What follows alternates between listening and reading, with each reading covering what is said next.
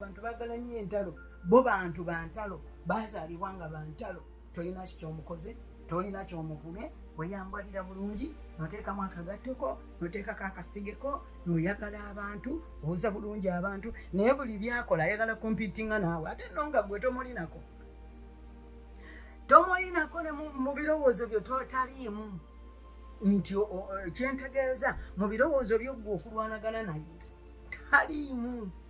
Era tolinaako nakaddoozi bwoti komulowoozaako, naye ate ye buli lwofuluma abeera mu budirisa n'akulingizaako, ayiseeko, mumulabyeko. Kati ye yalina ekizibu gy'oli.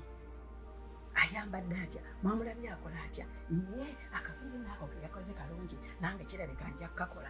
Byokola byayagala okukola, naye ate takwagaliza. Buli kyokola kyayagala okubuukirako kubanga kirungi, naye ate gwe ayagala akuggyewo.